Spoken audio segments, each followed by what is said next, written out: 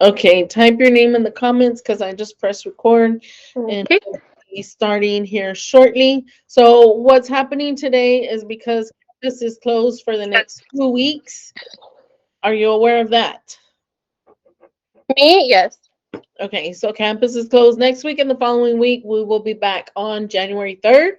So, for that reason, I'm going to do weeks 2 and 3 so that y'all have that information and y'all can practice during the 2 weeks. And then when we come back, you'll get week 4 lecture as you normally would when we're back on campus. Okay? Okay. So, I'll just mute the mic. I don't know that.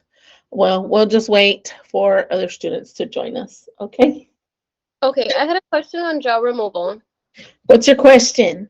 For our practicals, is it okay if we just use like the strip lash to remove, or you want us to actually be removing like maybe a classic set that we did? Yes, you can do that. So that way you can get the real feel for it. Yeah, she's a mannequin, so you can talk through your process. So you can say, oh, I don't have mannequins. Just say Miss Maniquis is here for a removal today, and here are my process, or here are the steps that I'm going to do. And you can just say, we're gonna opt out of the lash bath today, or we're gonna do the lash bath first, because either or, depending on what you're seeing. And then you'll go through and say, okay, now that the lashes are ready, I'm going to place the under eye pad under the bottom lashes on both eyes. And then I'm going to start with the gel removal. And you'll just talk through your steps. Okay. Do you do a lash bath for the gel removal? That's what I just said. You can Okay, do perfect. either in the beginning, you can do it, or you can opt out, just depending on what you're seeing. But at the very end, you definitely need to do it. But here's a tip for you. Make sure that all the adhesive is off the lashes, because if even though there's just that little bit, you're gonna shock cure that adhesive and you're gonna have like little white, almost like looking bricks on there. You're gonna have to go back and put more gel removal to work all that off. Okay. All And right. then you have to rinse again. And just remember that you still have to kind of lift the eyelid open so that way you can get everything out, because if there's any product on the seam of the lashes. Did I not let her in? Lynn. Somebody was trying to join. Maybe she'll come back. Okay. Oh, there she is, Anai. Are you there, Anai? Hello. Hi, Yes. can you hear me? Okay. I didn't know if I had let you in.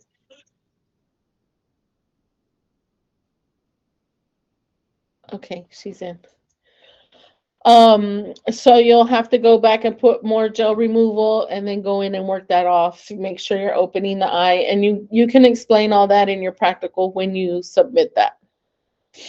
Okay, Okay? sounds good. Thank you. You're welcome. All right, I'm gonna put the mic on pause because I've got to do a few little things before we get started.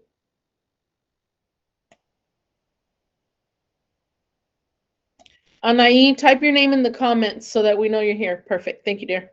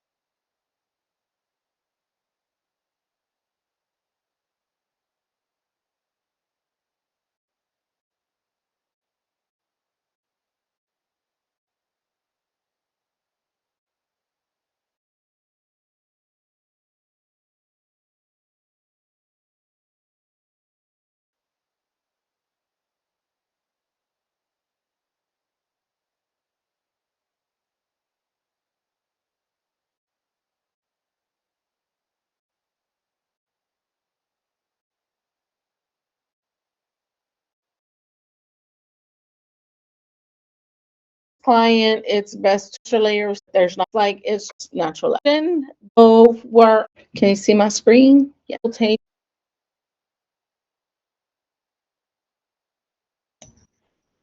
Okay, we're gonna go ahead and get started. Let me pull up week 2. So week 2 is eye shapes, consultation, and volume lashing. So let's go over eye shapes first. Let me get this going. Okay, can you see my screen? Yes.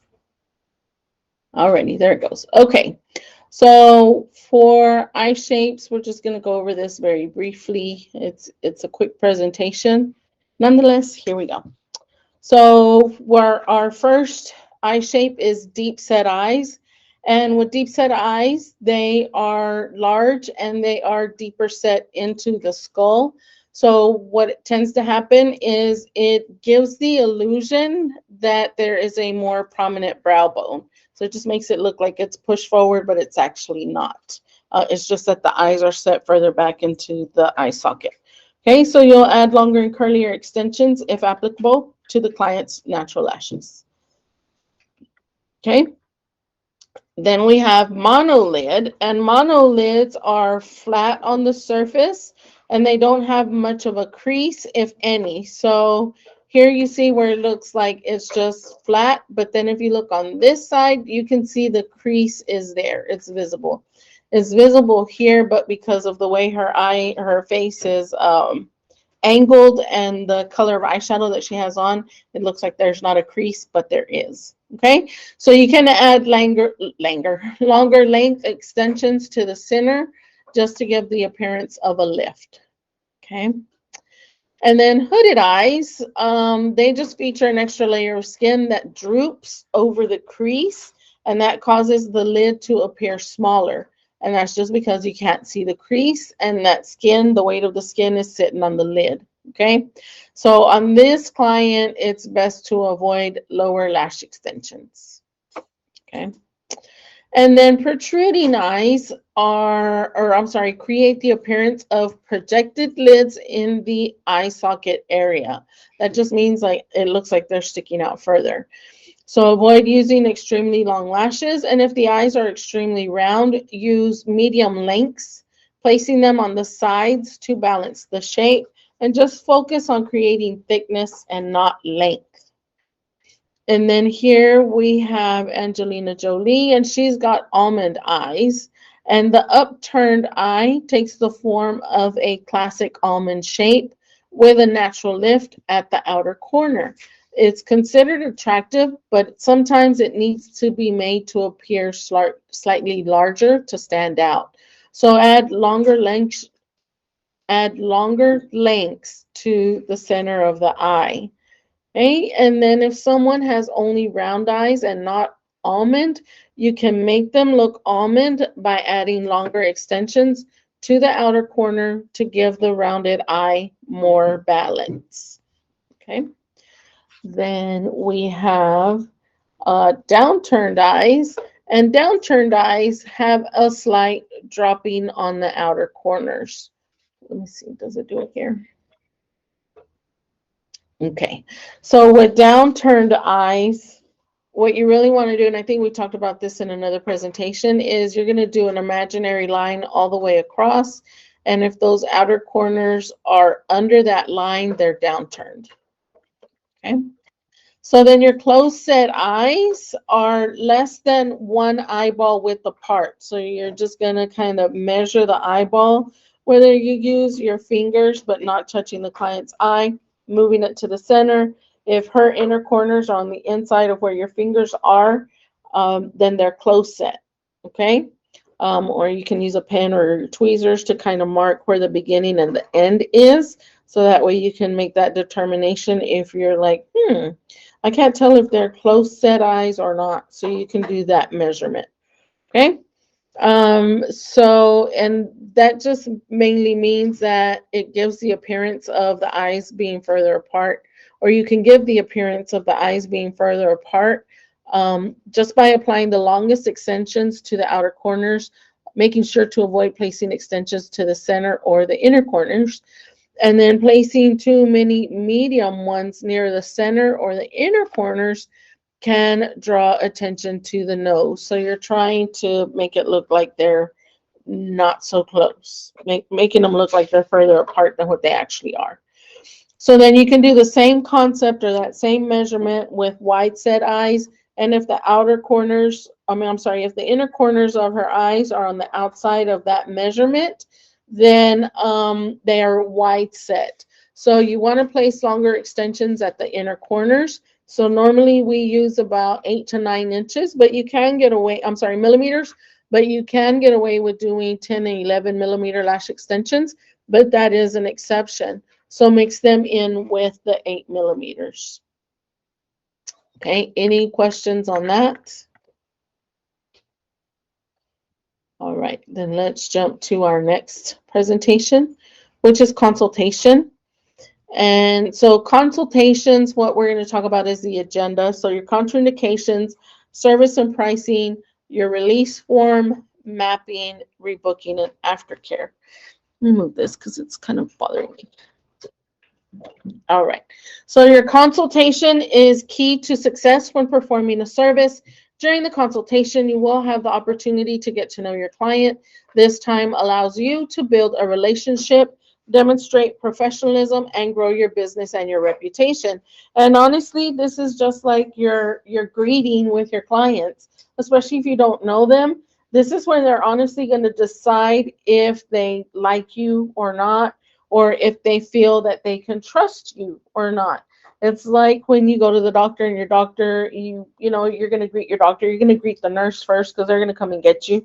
They're going to ask you questions, and you're going to start to feel comfortable and confident with them, just depending on how good they treat you, right? So that consultation is so important because that's just, it takes like 30 seconds to about a minute for a person to decide if they like you or not, just based on your interaction and how they greet you and if they can make eye contact with you. And that's big and that's huge when you are trying to build your business. Eye contact, friendliness. We're still in COVID, so some people may not want to shake your hand. Don't take offense to it, but you can always greet them with your eyes bright and a nice smile, okay? You can be like, fist pound? No? Okay. That's okay. All right. So anyway, so after you do your consultation with them, you are going to start to ask them questions. Okay. Those questions are going to help you decide or gauge whether they are contraindicated for the service or not. Because here's the thing, not every person is a lash candidate, and that's just the nature of the beast. But the only way you can find that out is by asking questions. So we do use a consultation form here on campus so that the girls can get familiar and comfortable, because, we have a lot of shy girls that are like, ooh, I don't want to talk, but you have to talk. So it's this one, and this one is online. So you guys that are online or at home, you can access this in your Google Classroom, and I believe it's on one of these slides. So you can try to enlarge that and read through it when we get to it, okay? Now, non-lash candidates here on campus, we ask them, and it's listed here.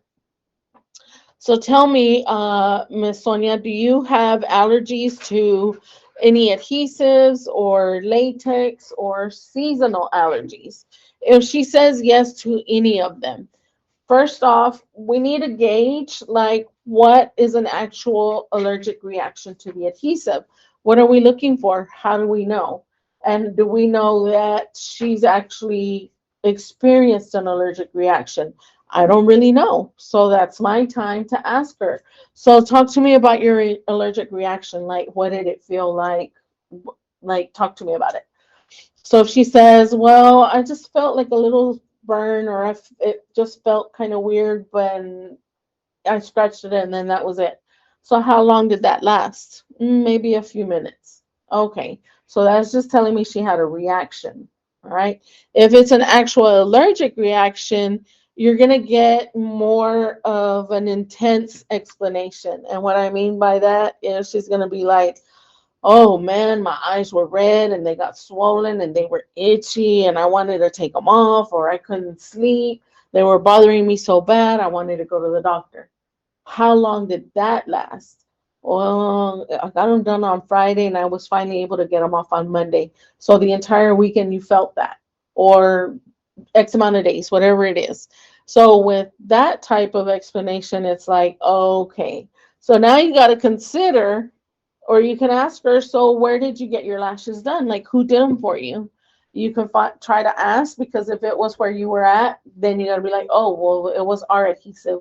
Or maybe it's somebody else, and you can kind of do some research online to see what kind of adhesive they use. Maybe it's the same one that you're using. Either way, you can still throw it out there and say, okay, so there is sensitive adhesive that can be used, but the viscosity of it is thinner. It's not as potent as, say, just our regular adhesives. And just so that you know, there are different viscosities to the adhesive. So if you read, like, say on that one, it'll say 1 to 2 seconds. So that's a little bit thicker. But if it's saying 0.5 seconds to 1 second, it's not going to be as thick, but it's still going to be potent. But then if you go to sensitive, that viscosity is going to be thinner. So what that means is her lashes will probably shed or fall off within a week. So she needs to know that she's going to have to come for a fill the following week versus the 2 or 3 weeks, whatever it is, right? So knowing those differences. Then if she says she's allergic to latex, just make sure that your adhesive doesn't contain latex. And that's also giving you a clue. Don't use gloves around her, okay? So if you're one that likes to glove, don't wear latex, maybe nitrile, okay? Then seasonal. So the reason we ask about seasonal is she going to be sneezing? Are her eyes going to be itchy and watery? Is she going to be trying to rub her eyes and whatnot? So if she's going through that, you can be like, well, what can happen is you're going to have the lashes on. You're going to feel the urge to either scratch or rub. So I just need to make sure that that's something that you're not going to be doing during the service, because watery eyes, it could shock cure the adhesive, and then you're going to have white. It's a XYZ. If she says, oh, well, I only have seasonal allergies when the seasons start to change, mainly in the spring and the fall. If you're in the winter, you're probably going to be okay. Okay, so asking those questions and having those conversations. Maybe you want to reconsider getting lashes today if you're going through a seasonal outbreak, and just wait until that starts to diminish, and we can rebook you at that time. Okay. Then the other thing you're going to ask is if she's wearing contacts and or glasses. Okay. Contacts, we need to remove the contacts before the service and let her know that. Or if you're the one answering the phone, or if you have a receptionist answering the phone, they can just be like, okay, so just know that if you do wear contacts, we do need to have them, you need to take them out prior to the service, just because your eyes are going to be closed for an extended period of time. Right, darling? So we just suggest and recommend that you take those out. We do have cups and solution for you, but if you want to bring your own, that's great. You can bring your own. But what we don't want is you trying to open your lid and trying to stick the contact in, and then some lashes come off. Okay. And if she does wear glasses, we just need to consider the length. Okay. We can't go full on 15, 16, 18, 19, 20, because as she blinks, she's going to rub her glasses and that's going to bother her. So you may have to do shorter lengths, or if she can use contacts, then you can go in with the longer lengths. Okay. All right. And then oh, I've got to open this with a dog. So while that's doing that, I'm going to keep talking. Okay, so then the next thing you want to ask is list surgical procedures or skin treatments in the last 6 months. Okay, and the reason we ask that is because we just need to make sure that we aren't going to hurt her, or God forbid, cause an infection or an irritation. Okay, so surgical procedures, really anything around the eyes or the forehead. If she's done any type of LASIK surgery, obviously we don't want to do it. We need to make sure that she brings a doctor's note saying that she's clear to have the service. So maybe it's something that you forgot, and when you pull out your next consultation form, I'm sorry, if she's coming in, you can pull the consultation form from her previous appointment, and you can go in and read and be like, oh yeah, she said she was going to have LASIK eye surgery and she wants to make an appointment today. I need to make sure that she brings her doctor's note to clear. And you can write that on your consultation form. You can put it in the computer in your notes, something like that, just to remind you that she did have LASIK eye surgery. Because if you don't ask, she's not going to tell, right? So just making sure that you cover your bases with that. And then if she's had like permanent makeup, you got to make sure that she's fully healed from that as well. Then you also want to ask if she has history of eye disease, infection, or irritation. So if she has conjunctivitis, or maybe she's like, oh, but it's going away. Have you gone to the doctor yet to say that you are fully cleared? And if she says no, then you can just say, well, just because of cross-contamination and the safety, your safety and my safety, let's just make sure that you can bring me a doctor's note saying that you're clear to receive the service. Okay. And then list any disease that affects hair growth. So there's a couple of diseases that we can think of off the top of our head, such as cancer treatment. Is she in radiation therapy? Trichotillomania, where it's diagnosed as she's a picker or a puller. And you can notice that, like if she's got shorter lashes in one area and longer in the other, or if she's missing some of her brow, or if she's got little pieces of hair missing from her hairline, or maybe part of her hair looks shorter while the rest looks longer, or the other side, it doesn't look even. So you can ask that just by what you're seeing. And the other thing that you can look out for is alopecia. And alopecia is where the hair follicle dies and there is no more hair being produced. She needs hair for you to attach to. Okay. And then last but not least, we need to ask if she's pregnant. Not because anything that we do can cause the fetus harm or anything like that with lactation. Nothing's been proven thus far. But the main concern is her laying flat for 3 hours, okay? Because she has to lay flat for 3 hours. Now, once you've gone through and asked all those questions and all the answers are what we need them to be so we can lash her, then there's a section in the center, and I don't know if you can see it, but there's a line for natural lashes. You can write down healthy, thick, short, thin, sparse, alopecia, whatever you want to write there as far as what her natural lashes look like. Then on campus or even at your place of employment, you will have something that's going to state whether she's getting a classic set or volume set, hybrid set, whatever it is. And then you'll say, oh, okay, so I see you're in for a hybrid set today, and that is a $40 service for 3 hours. And then she says, okay. We kind of had that situation today where the client wanted a hybrid set, but the photo she wanted was a volume, but she got hybrid because she wanted hybrid, but then she liked it, but she wanted more lashes. So she's coming back for the volume versus the hybrid. So just making sure, like if she shows you a photo, maybe she really doesn't know what she's looking at, and just say, okay, so this is actually a volume set, not a hybrid set. So do you want that density, like you want your lash line that full, or do you want it not so full and a little bit lighter? Because that's the difference, not only in what it's going to look like for her, but also the pricing. So you want to confirm that with her.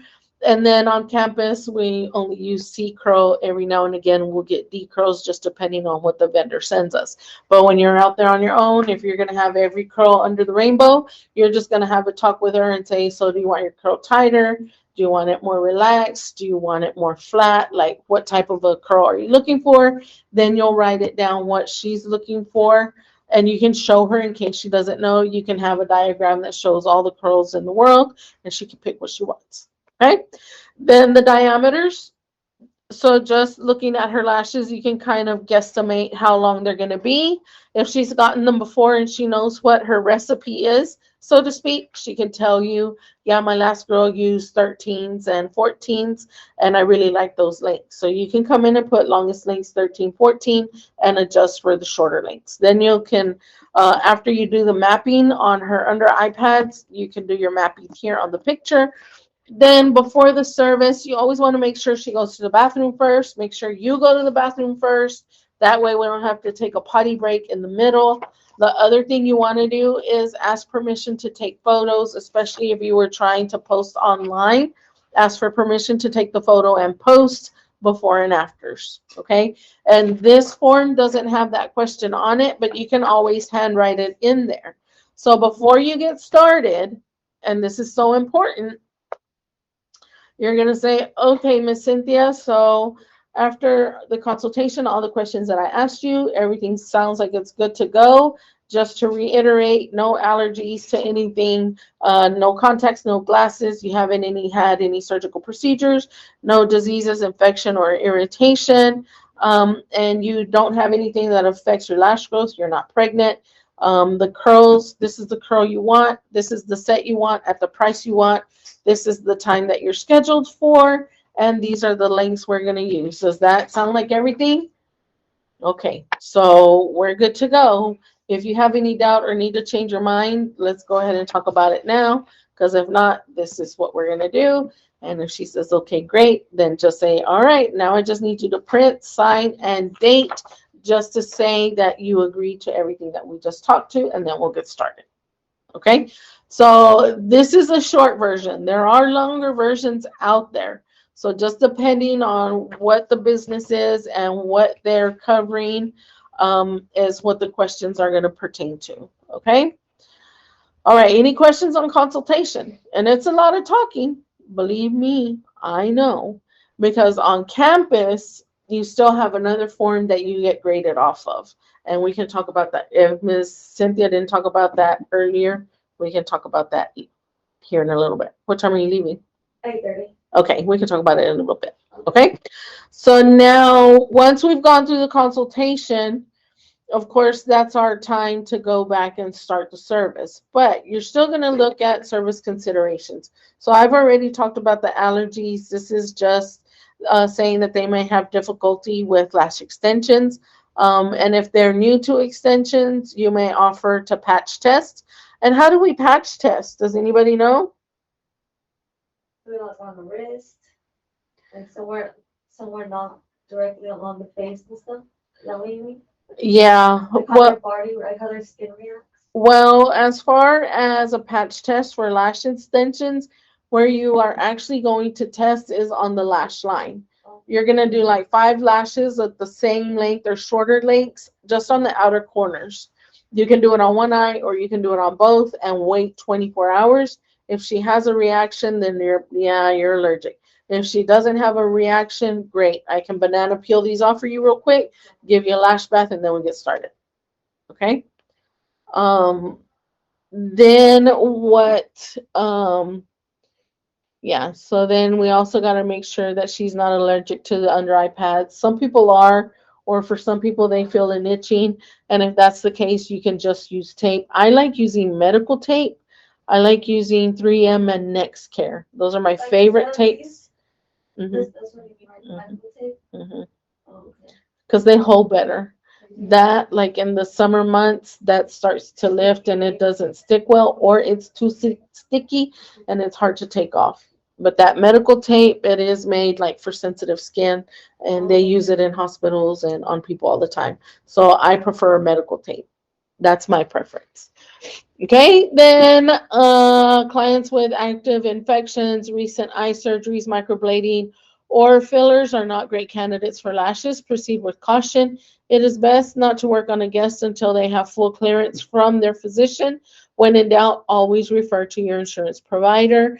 And then the service, what you want to do is just explain the process, because sometimes your newer clients are nervous. They don't really know what's going to happen. They're there because they want long lashes. They just don't know how they're going to get them as far as what the actual process is. So just make sure that you educate them and you explain what the process is, what you're going to do, and how it's going to happen, how long it's going to take, so that way they don't think, oh, well, I've been here for an hour and you're not done yet. It doesn't take an hour. Once you become really very proficient, then maybe you'll be able to do a classic set in an hour or even a fill in an hour. Okay, but it takes a long time to get there. Excuse me, choking over here. Give me a second. Excuse me. Okay, so now contacts or glasses, it is best to have on, it is the best practice to have your clients remove contacts before beginning the service. Prolonged time on the bed with closed eyes can be uncomfortable for a guest and cause watering or irritation.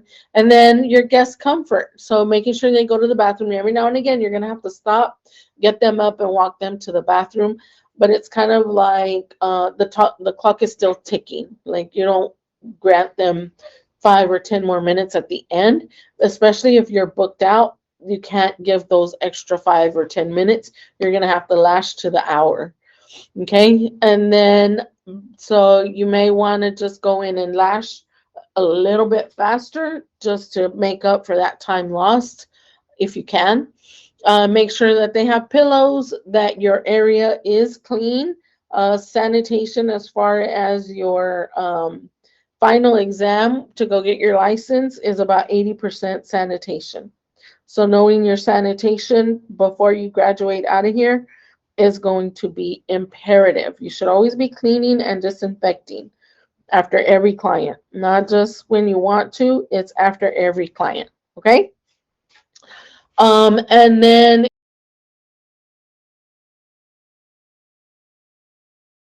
if they feel like they're going to get a chill or they're a little cooler, you can offer them a blanket. Some professionals will have like a heating pad or a heating blanket on the bottom, and you give them the remote so they can control it themselves.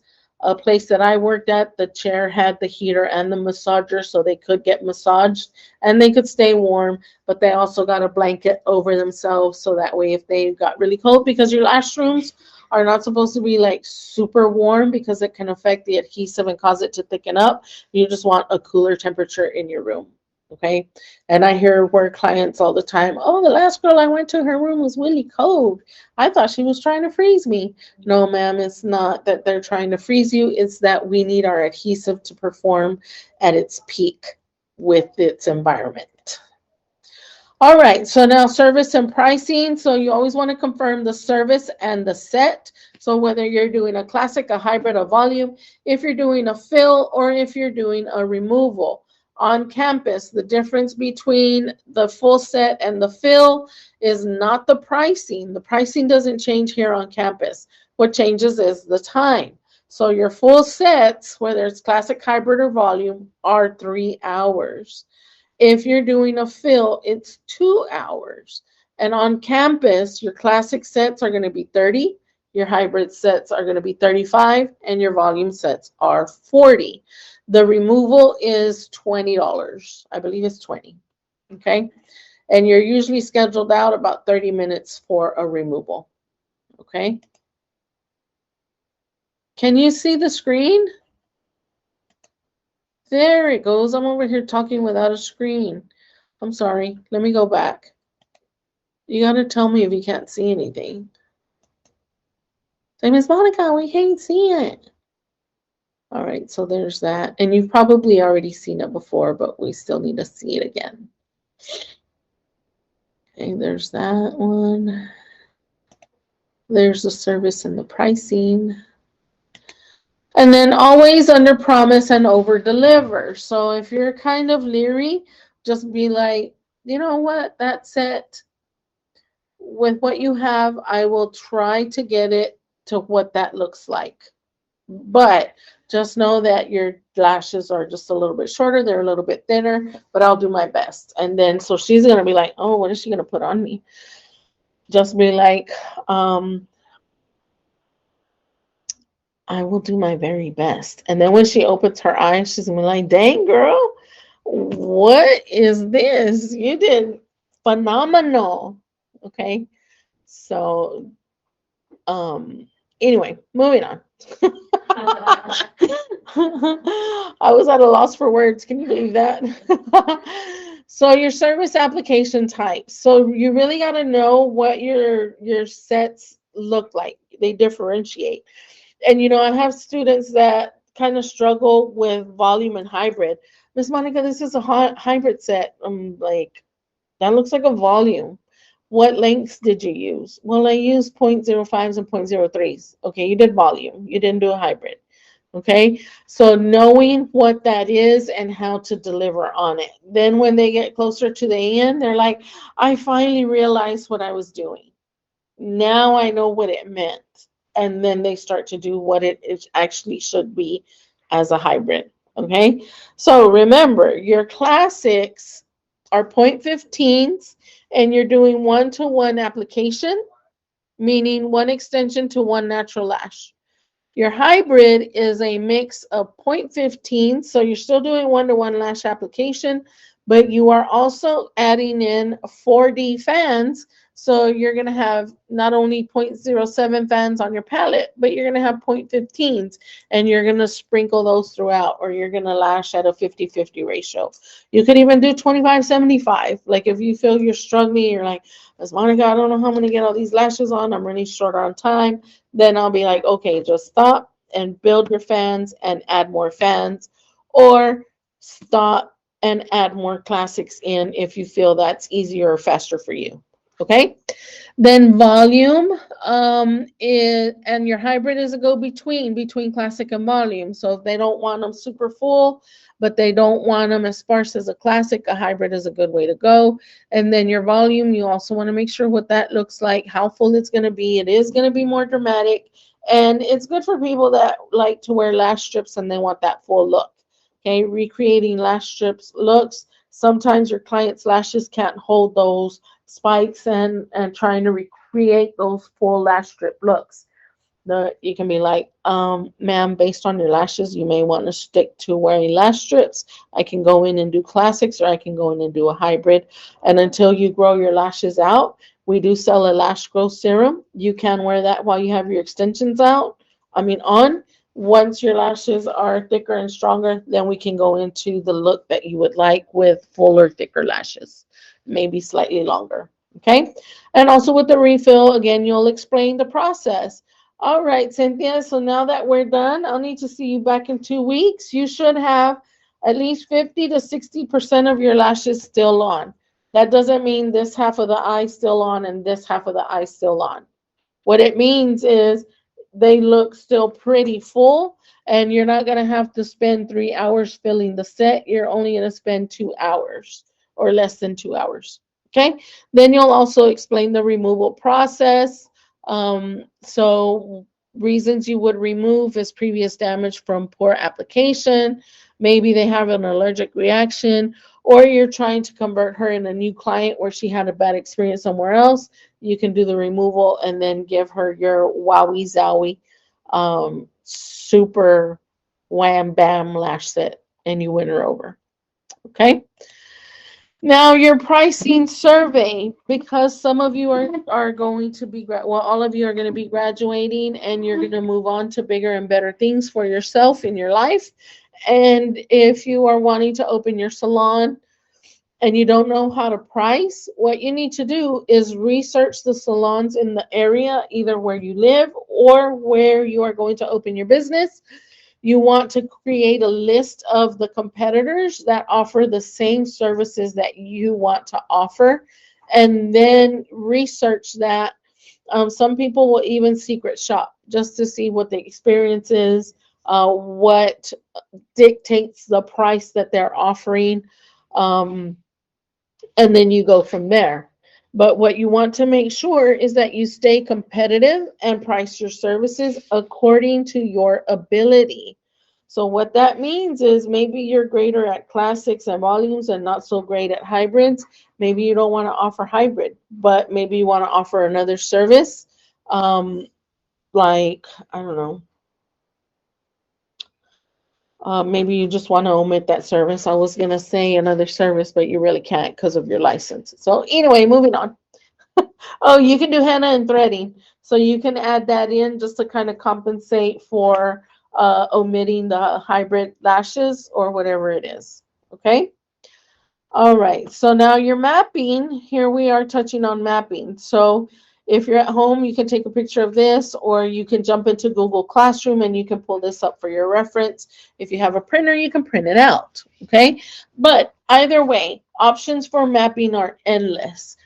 And so for some people, this is like their go-to end all beat all guide to keep them organized, where then you have creatives and are like, oh, I like this little guide, but I'm going to do XYZ to it. I'm going to add in or I'm going to take away, which is okay because you're the artist. It's your creation. Okay.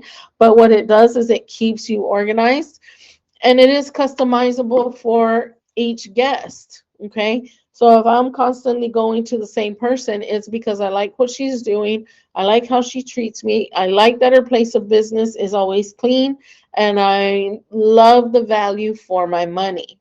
Okay. So every time I go back, she's gonna act like she knows me, like we're best friends, but we're not. What she's doing is she's notating everything that I say to her. So when I come back, she's going to be like, oh, hi, Monica. So how was that anniversary dance that you went to? Was it fun? How did it go? You know what I mean? She don't really know. Or maybe I talked about my son. Oh, so your son, how did his competition go? Blah, blah, blah, blah, right? She doesn't really know, but she's trying to build a rapport and a relationship with her guest to keep that guest coming back. Okay? So then you can come back and say, all right, so we did a cat eye with for you. The last time you were here, it's been about 2 months since you've been back. So you don't have any lashes on, so that's a good clean palette for me to work with. Do you want to do the same set? Do you still want a cat eye with point scenes at the end?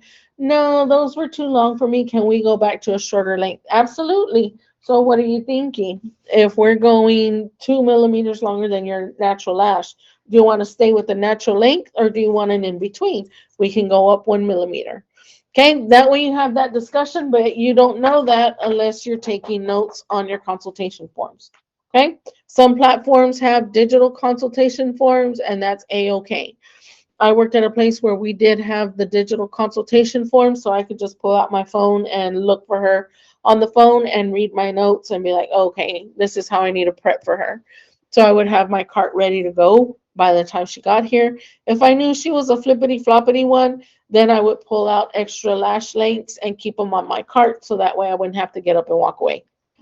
Okay. Now, you do need to have a release form. So not only do you need to have your consultation form, but you need to have a release form. And this release form releases you of liability, meaning it protects you and your business. Now, with your business, it is required by your insurance, and it must be kept on file for every client every single time.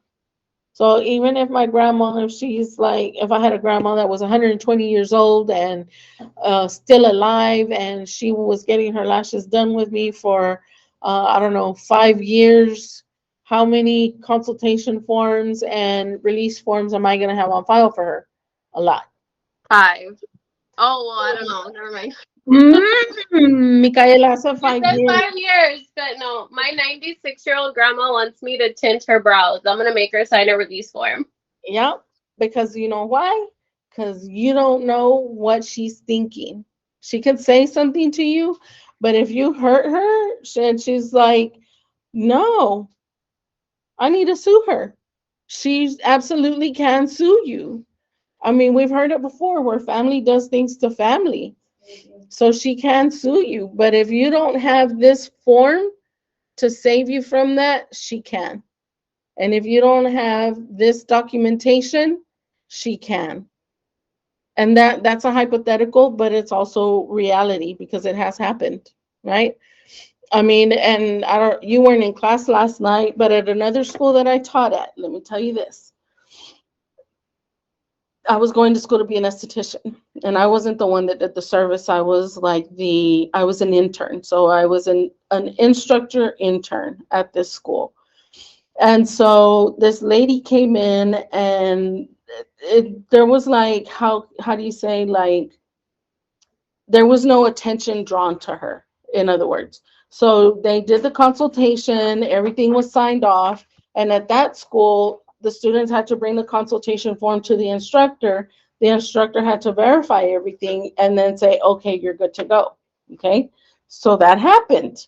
Well, then the next day, the client calls the school or the owner, and she's like, I was there last night and I got a facial, and I don't know what your student did to me, but my face looks horrible.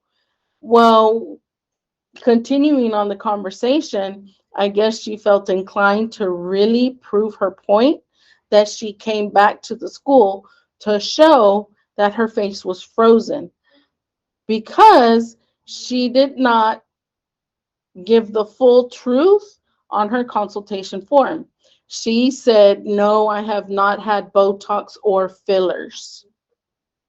And a facial, you get in there, you manipulate, you move the skin, you're trying to, make sure that the muscles are being trained to go up. So her face estaba chueca, like her face was crooked where they moved it. So they were like, well, we need to go back to the consultation form and the release form and let's see what's on there. Well, luckily, she signed the document stating that she's not holding the student or the school liable for anything that may happen to her during the service. The students are not licensed and they are practicing under licensed instructors. So because we had this document and another document, the release of liability, signed and filled out by her, she couldn't sue the school, she couldn't sue the student, she couldn't sue me as an instructor. And I don't know if I was the one that signed off on it or if it was one of the other instructors. But either way, because everything looked good on paper and everything was confirmed before they started, she wasn't going to win that one. So she just had to wait till everything went back to normal. Okay, so it's very important, whether you're the giver or the receiver, to be honest in your consultation forms. Okay, so that's what this looks like. This one's very simple, but you can go on Etsy and you can find consultation forms. You can even purchase consultation forms and they're editable, so you can change it to like your logo or your questions or whatever you need from it. Okay, all right. And that's just an example. That's just like one example of all the things that I've ever experienced as not only an esthetician, but a lash tech. Okay. But that one sticks out because she was very angry that her face was frozen after the fact. Okay. So now what's also important is making sure that your clients rebook with you. And so you want to make sure that you guys are rebooking your clients at least every 2 weeks. And why? Because in terms of being paid, you're getting paid every 2 weeks. Your bills fall once a month. And we like to go eat dinners. And instead of eating ramen maruchan, you want to eat steak and camarón if you can, right? So making sure that you rebook so that way you can keep your lights on, you can keep your business open, you can keep your life going, and you can do everything that you need to do for yourself and your family. So rebooking ensures your guest retention. Make sure they're doing it every 2 weeks, and your guests must retain. Some places say 50, where other places say 75% of their lashes for a fill service. And then your best practices for dealing with problem clients. Now, here's the thing. And it happens on campus. Today, I had a couple of clients that were difficult, but that's okay. That's the nature of the beast. You got to know how to communicate with those people. So instead of taking things personal and being like, well, this is what you're doing and this is what you said and this is how you're acting and things like that, you just got to kind of be more factual and say, okay, so I am the instructor on the floor, or whatever you want to say. This is what I said to the client. I've been on the floor and your phone has rung at least 5 times. And I've heard you having conversations with whoever's on the phone at least 5 times. I said, so every time you open your eyes, that actually takes away from your lashing time. And you're saying you've been here for an hour and she isn't done yet. But she's worked on one eye. But the student told me that the client said she wanted her to work on one eye and then she wanted to look at it to see if she liked it. That's not how it works. Okay, so I still continued, and so then the lady was like, I didn't open my eyes, and I didn't this, and I didn't that. I was just showing her my phone and asking her if she could tell me who called or who was sending me a text message. I said, well, even so, that's taking her eyes off of her work and looking at your phone to tell you what's going on. So that's taking away from the lashing time. So just so you get a better understanding, there's a specific time frame that they have that they need to work on you to complete the service. I said, and so to me, it just sounds like you have a specific time that you need to leave. Do you need to leave at a certain time? She goes, well, no, I'm just saying because this, that, and the other. And I said, okay. So although you don't have to leave at a specific time, they do have 3 hours to work on you because our students are at different levels. So the student you got is like a midway student. I can give you a more seasoned student that can work on you a little faster since it seems as though time is an issue for you. Oh, well, I've just, she got upset and I just let her speak. And I said, okay, we've got another student on you and we just need you to lie still and not answer your phone. And so she did. She laid still for the rest of the time and they got her done. They got her out. She wasn't happy because I switched her lash tech and gave her another student and this and that. So sometimes having those conversations, either it'll be that she eliminates from herself from your place of business if she's not happy with the service that she's getting, or maybe it's something that she's like, you know what, they're about their business, I'm going to come back. But she's also got to be responsible and know that it's a silent service, no checking the phones, no conversations, and she's got to keep her eyes closed. So you got to make that clear to her as well. Or if all else fails, she just gets fired as a client.